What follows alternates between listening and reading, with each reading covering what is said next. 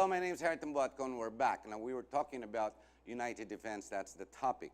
Basically, when I say United Defense, I'm talking about the manufacturing corporation owned and run by Gene Carino. But over and above that, the importance and significance of the topic is because sustainability and our ability to make and manufacture our own arms. Now, maybe we don't need it. And I told myself when we started the show, I'm not gonna touch in the West Philippine Sea. But let's not go to the politics of that. Let's go to the technicalities of the West Philippine Sea. Yung mga missiles daw, naka-ready, nandiyan na yung mga inchik, di ba, naka-on na sa atin. Leo, you might be in a better position to break down the technicality. Let's not go to the politics because our president already said, I love you, Xi Jinping. Did he say, I love you, Trump? Dapat sabay din yan. As a strong man, I love you, Putin. Dapat ganun yan eh. Dapat yun, I love the world. Di ba? But go ahead, Leo. Yeah, let's be honest, because it's in the news anyways. China has put in a what we call a electronic warfare equipment in some of those islands, and also missile systems, which means it's really been militarized just by the definition. And do we have missiles? Meron tayo. We just got one. The Philippine Navy did. Meron na Philippine Navy. Naku, mag-iingat yung mga abusaya. Isang pala lang kayo dyan. But go ahead. But anyways, what I could throw in the technical terms is, since we are our armed forces is not there yet, and those electronic warfare is not really geared towards us. It's much geared to the U.S. and its allies when they go past the Philippine Sea, the West Philippine Sea, because the Chinese, of course, claims those islands. Those are geared for them. Balang araw, baka sabihin, stop, bayad kayo ng toll. Di ba? Magdamo, bayad ka ng toll, go ahead. And then the missile systems is purely defensive. They will only, if worse comes to worse, use it as defensive measures. That's my opinion. You know? And so the militarization is there. That's the key. Gene, the president has said that a lot of, especially in Marawi, pinasok natin yung mga Chinese weaponry. Di ba, we accepted a lot of donations, di ba, to help us fight the rebels. Di ba dapat atin yun? I mean, gaya niyan, sinasabi ng iba in the political framework. Putya, mga Chinese, di natin kaya yan. Putya, tas doon pa tayo kumukuha ng mga baril at bala and whatnot. Kaya ba kung tayo lahat yun? Yeah, kung gustuin ng gobyerno? All the requirements of the AFP for the rifles, let's limit the discussion to the rifles. Kaya ba? Kaya yun, because ang binili nila so far from Remington is about 55,000-60,000. So the balance that they would require would, I would say, another 100,000. So we can produce that in maybe 2 years. If we start now. If we start now, and there is a commitment on the part of the government. In fact, we just submitted an unsolicited proposal to the DND, as I mentioned, to modernize the government arsenal. So that this sounds is nice. yeah, to put up several new lines. The first line will be a rifles manufacturing line. The second line is starting to produce the artillery caliber ammunition. The third line is to double the capacity of their small arms ammunition. And the fourth line, where Leo is working on, is hopefully that project of modernization is approved. Leo will get involved in the research and development, not only of small arms or ammunitions, but also of communications, UAV, UUV, all these things. All the Yeah, and that's where sustainability will come from, on the R&D. Is it important we make our own? You're in this trade. You've studied this trade. You have worked on this trade for some time. How important is it that we Filipinos, the Philippines, Philippine-made when it comes to that equipment? Is it important, very important? Oh, it's very important, Harry, because Leo mentioned a while ago, during the start of the discussion, about Marawi. So doon sa Marawi, naubusan tayo ng Oh, that's what I read. Naubusan tayo ng mga kagamitan, di ba? Kulang sa bala and lahat. ano, Oo, and, kinulang. kinulang tayo. Ang lalakas ng mga sundalo natin, kulang naman sa... So the bottom line there is we're not really ready for war. You know? Should we? Yes, any self-respecting nation should be ready for war. To what extent? We don't really want to go to war. I mean, Japan, defense lang sila, pero matibay din ang defense nila, no? Correct. Tayo, parang binaliwala natin. Parang. Well, yes. What I could really recommend if somebody would ask me would, let's follow two models, the Singaporean model and the Israeli model. Please expound. The Singaporean model is this. It's a small island state. Every citizen has to go through training, Correct. parang ROTC. That's the army. They have only 5 million people, but they can raise 2 million strong overnight. Same as Israel. Right. Same issue. Yep. Tayo, we're 105 million strong. Well, ang strong natin, 140, 150 AFP, di ba? And the police. Yeah. And we have enough scientists and engineers here really in the Philippines that we could develop our own. In fact, the one I'm developing, the tactical data link, was developed by my own group. I have a group at Clark that develops systems. And because there is no avenue for us to do that, so we self-fund and we produce prototypes. And also, we have a group that's doing, believe it or not, the first rocket system in the Philippines development. You mean we don't need Elon Musk? No. Yeah. We have enough. In fact, there is one expert that we're using from Mindanao State University near Marawi, Pamiligan, and he is our propellant expert. So we will be putting up a rocket that will go 10 kilometers up and, Whoa. and do research, just plain research. But it has dual use. It has military use if I want to be honest. So Both commercial and Correct. military. Bakit? Why can't we? The president sees this. You've talked to him, you've met him, you've sat with him.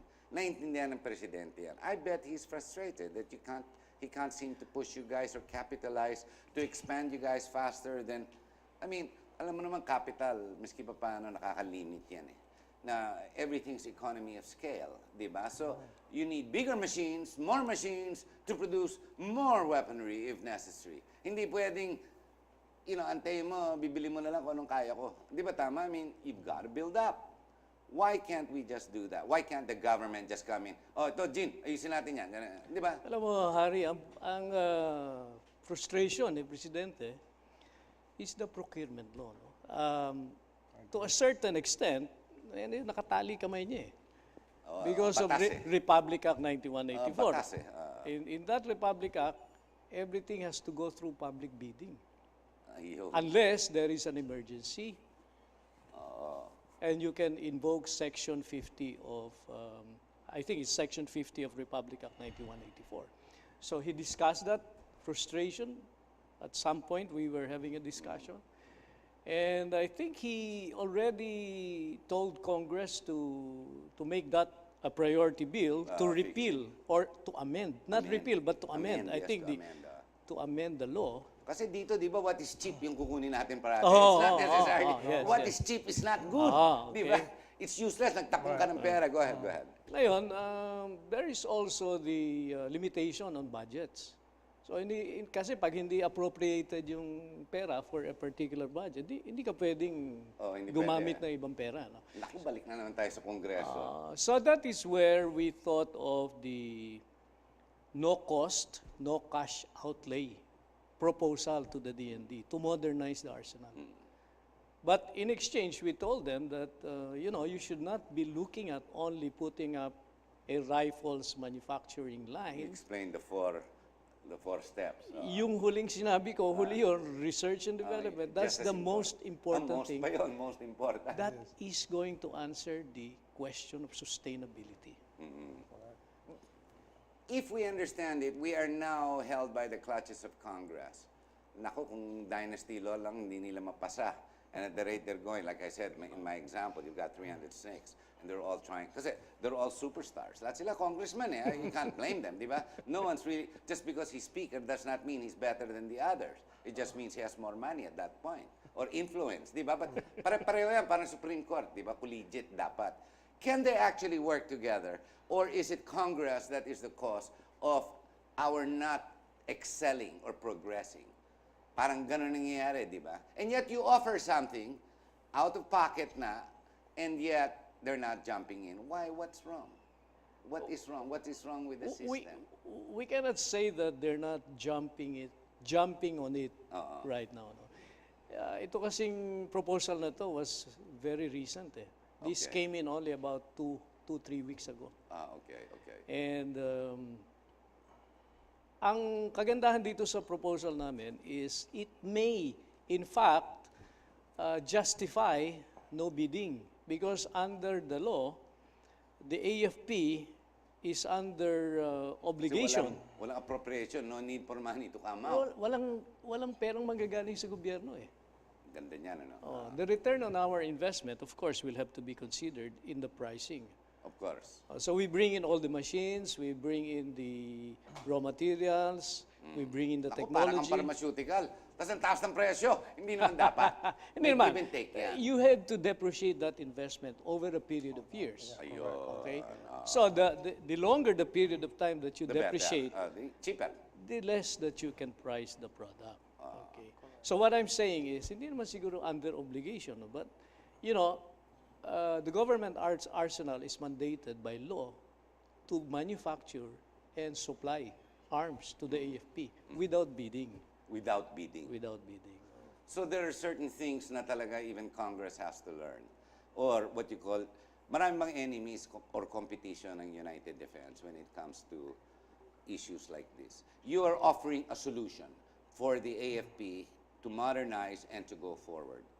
When greed comes into play, power, authority, influence, marami ba in competition and say, hindi, ayaw namin yan, gusto namin import na lang natin galing China, miski hindi pumuputok. Di ba parang ganun eh? I mean, I hate to say it, but that's what's happened. Wala naman. Wala kaming, Wala naman. we have not really encountered any direct vested interest. Vested if that's what interest. Yeah, you mean. yeah. Wala naman. Wala. Na competition. Wala. Mas lalo na other countries, not necessarily Philippines. But you know, the competitors that we have are all foreign Foreign. competitors. Well, there we go. Should we go with them or should we promote our own?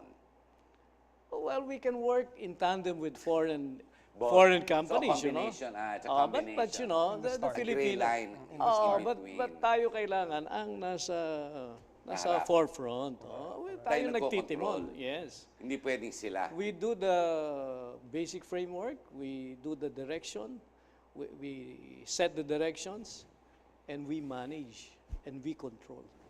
Dapat And ganon. design what we require.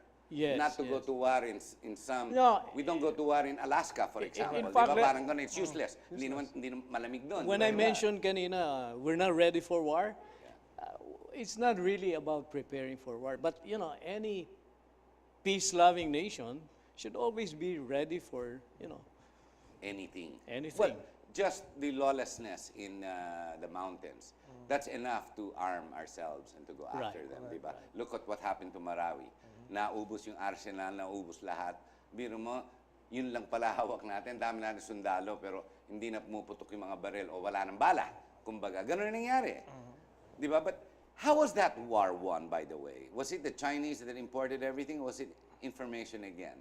It Because is. it is tactically information, no? Because See, there I you was a go. strike planner before I retired in the U.S. Navy, so I planned a lot of the attacks that we do, and within that framework, intelligence, surveillance, and reconnaissance is very, very important, including battle damage assessment.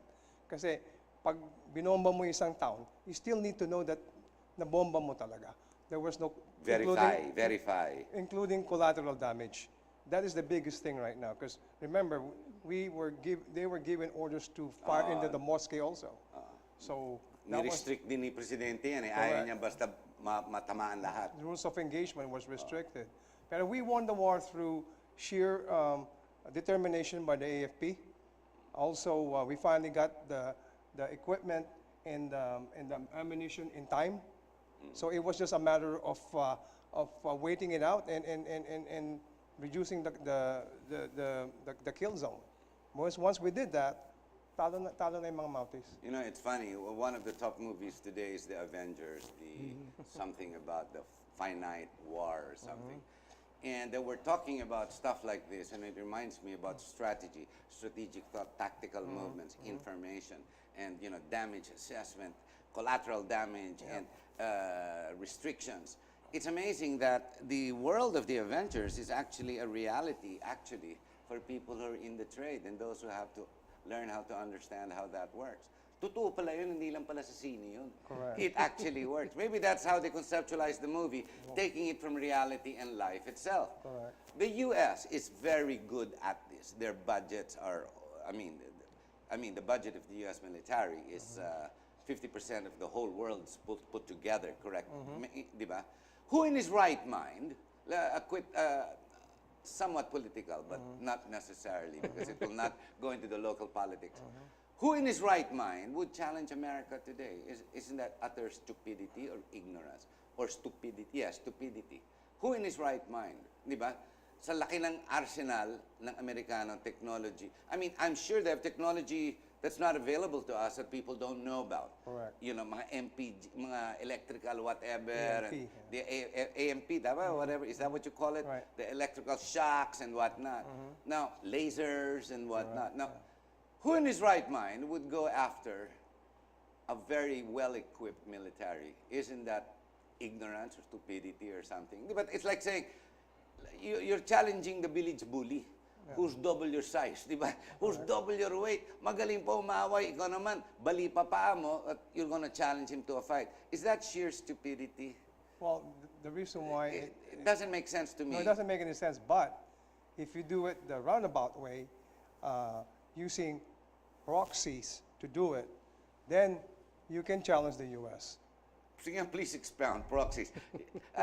Kasi I was gonna lead to Kim Jong-un. I mean, finally, maybe he found his mind. But obviously, Mr. Haircut, maybe one day he got a really great haircut and he thought, wow, this is stupid. But no, proxies. You mean even America lost, after all, to Vietnam. Di ba? Natalo sila doon. Considering, pinakamalaking sa mundo yan. Yeah, it's asymmetrical warfare is how you do not do direct confrontation. That's been proven. You cannot do that, especially with a small army. You have to follow Sun Tzu, the art of war of Sun Tzu. Yeah, I've read that book a couple of times. It's not easy to understand. Well, And it's parang napakasimple basahin eh. It is. But ang lalim eh. Yeah, go ahead. all Chinese leaders, senior leadership, senior military leadership, that's how they were brought up, Sun Tzu. So if you deal with China, you better read Sun Tzu. It is taught to us in the Naval War College. We do that to better understand the enemy. And again, Sun Tzu does not promote direct confrontation. Yeah, it's Fight learning. where the enemy is not. Yun is ang ano niya. That's one of the And even tenet. before you go to war, you already know you've won.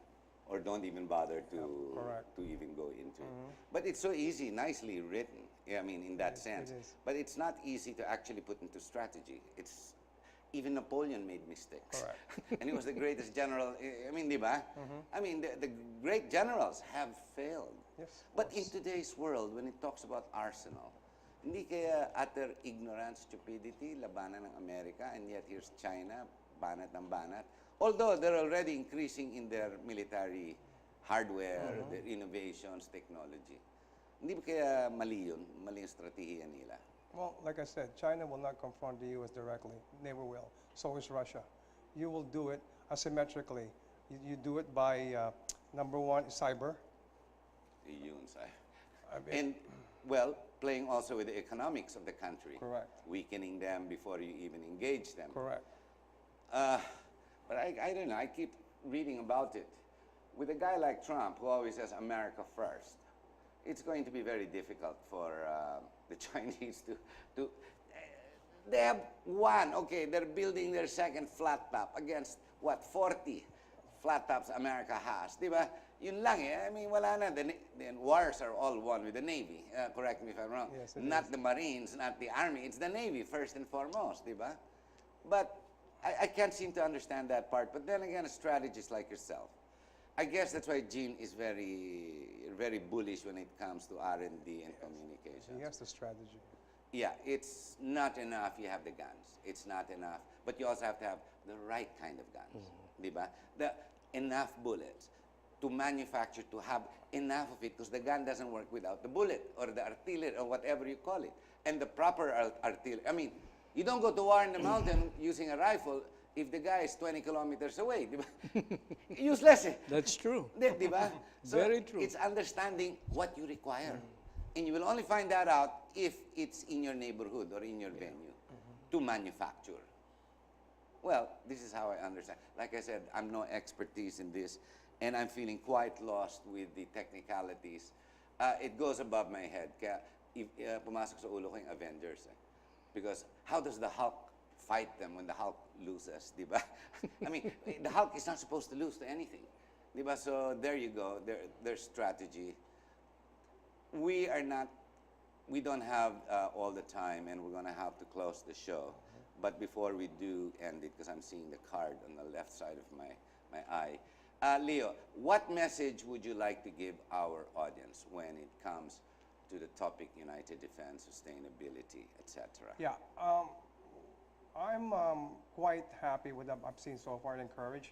Reason being is because we have the wherewithals here. We have students, we have engineers and scientists that are already here that can be the forefront or the personnel to pretty much up our research and development programs. And all we need to do is follow the Singaporean model of integrating systems that we can get somewhere else and putting it back in the Philippines and make sure it is used right in our local environment and local uses. I'm very encouraged because we could do that now. No, sir. Gene, what message would you like to give our viewers? If the president was watching right now, what would you like to tell him? Pero hindi na kailangan na. One-on-one mo na rin, presidente. Well, all I can say, Harry, is Lee and I believe that all this development of arms, wag lang yung masyadong sophisticated. But yung mga conventional, hindi naman mahirap eh. Hindi kailangan na rocket scientist. Hindi. We don't need the foreign technology.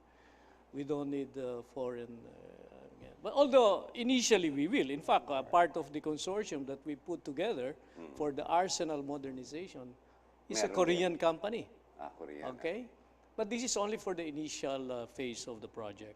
So, yun lang naman masasabi ko. Kaya natin ito. Okay, we're going to have to end the show. Gentlemen, thank you very much. Ladies and gentlemen, maybe the stress should be put on again self-sufficiency. I mean, make it Philippine-made, di ba? Because you can't go wrong. I understand when it talks to the jeepneys, mali naman yun, ano? Kasi hindi na inayos, wala nang innovation niya, wala nang teknolohiya yan eh. But iba yung gawa ng Pilipino, ginagawa para sa Pilipinas, ginagawa para sa Pilipinas. Sa Pilipinas din as well. So I guess the message is really sustainability. The only way you're going to be able to achieve that is if you start making your own. Now the question was, I always try to put out, was not necessarily just the politics or the greed, but really we have the people, we have the innate talent, as Leo has put out. He's worked with them, he's seen them. Gene has actually seen it, he sees the issue. Now all it takes is, I guess, the will to want to make it happen. To all those people who may be involved in this trade, gee, I wish only that the patriot inside you come out and stand up and say, I'll do this for my country. Yun na lang ata ang pinakakulang na lang. But the two gentlemen with us today are very bullish, and they're of the belief, and they believe strongly that we are going the right direction, at least at this point in time. So I guess I'd give it to the president. More headaches, maybe you need to step in again. But that's, after all, we voted for you. So, sakit ng ulo mo yan. I hate to say, alam mo, bigay mo sa akin ang position mo, I will reject it. I will reject it. May pera na ako, I don't need it. I will reject it because wala pa ako sakit ng ulo ngayon, pero I'm sure with your job, no wonder you're always holding it back, ang sakit sa ulo. Ladies and gentlemen, I hope you've enjoyed the program, and thank you. Stay with us. We have more here in GNN. Thank you very much. Leo?